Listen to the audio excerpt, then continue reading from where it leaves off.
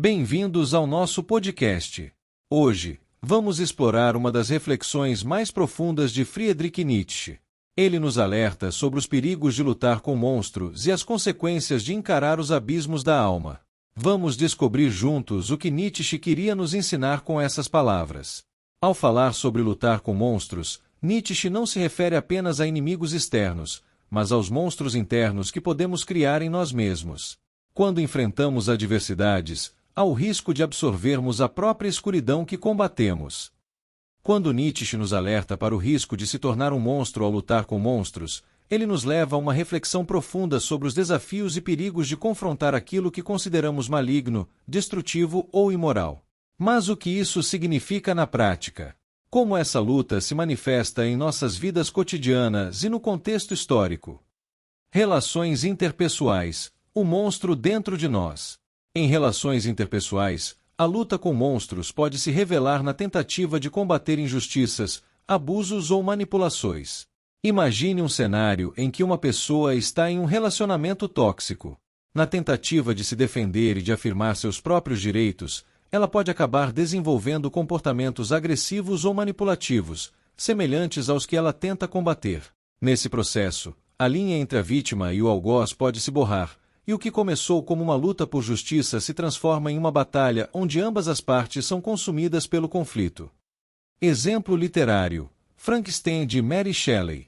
Podemos ver esse dilema na obra de Mary Shelley, Frankenstein. Victor Frankenstein cria um monstro na tentativa de transcender as limitações da vida humana, mas ao longo do tempo, sua obsessão e medo transformam em algo monstruoso também. Ele começa como um cientista cheio de ambições nobres, mas à medida que a história avança, suas ações tornam-se cada vez mais imorais, culminando em tragédia.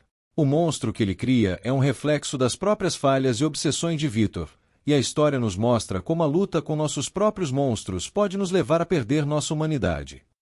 Disputas de poder, o perigo do abismo.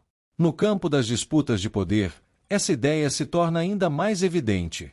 Políticos, líderes e até mesmo nações inteiras que começam com intenções de reformar ou melhorar uma situação podem acabar se corrompendo no processo. O poder tem a capacidade de transformar as pessoas, e a luta contra as injustiças ou a corrupção muitas vezes leva à própria corrupção. Quando alguém começa a usar as mesmas táticas desleais ou violentas que condena nos outros, ele começa a se transformar naquilo que despreza. Exemplo histórico: Revolução Francesa. Um exemplo histórico claro é a Revolução Francesa. O movimento começou com ideias nobres de liberdade, igualdade e fraternidade, mas rapidamente se degenerou em um período de terror e violência, onde os próprios líderes revolucionários se tornaram tão opressores quanto o regime que haviam derrubado. Robespierre, que inicialmente lutava contra a tirania, acabou se tornando um tirano ele mesmo, ordenando execuções em massa sob o pretexto de proteger a revolução. Aqui, o monstro que a revolução combatia foi, de certa forma, recriado dentro dos próprios revolucionários. Conflitos internos, o monstro pessoal. Em um nível mais pessoal, todos nós enfrentamos conflitos internos, sejam eles relacionados a inseguranças, traumas passados ou dilemas morais. A luta contra esses monstros internos pode ser igualmente perigosa. Alguém que se esforça para suprimir seus medos ou imperfeições pode acabar se tornando excessivamente rígido, insensível ou obsessivo. Em vez de conquistar seus demônios, ele pode se tornar uma versão distorcida de si mesmo, perdendo a capacidade de compaixão ou de se conectar com os outros. Exemplo mitológico: a hibris na tragédia grega. As tragédias gregas frequentemente exploram o conceito de hibris, ou excesso, onde personagens que tentam desafiar os deuses ou seu destino acabam destruídos por sua própria arrogância. Um exemplo é a história de Édipo, que tenta escapar de sua profecia apenas para se ver inevitavelmente atraído para ela. Sua tentativa de controlar seu destino, de lutar contra o monstro da predição, leva à sua ruína pessoal. Essa luta interna contra algo que não pode ser vencido muitas vezes resulta em tragédia, não porque o destino é imutável, mas porque o ato de resistir pode despertar o pior em nós. O abismo da moralidade. Consequências da luta. Nietzsche também menciona o perigo de encarar o abismo, um símbolo da moralidade ou da escuridão dentro de nós. Quando olhamos para o abismo, ou para os aspectos mais sombrios da vida e de nós mesmos, devemos ter cuidado para não nos perdermos nesse processo. O abismo, metaforicamente, representa todas as coisas que evitamos ou tememos em nós mesmos. Ao enfrentá-lo, corremos o risco de nos tornarmos aquilo que mais tememos.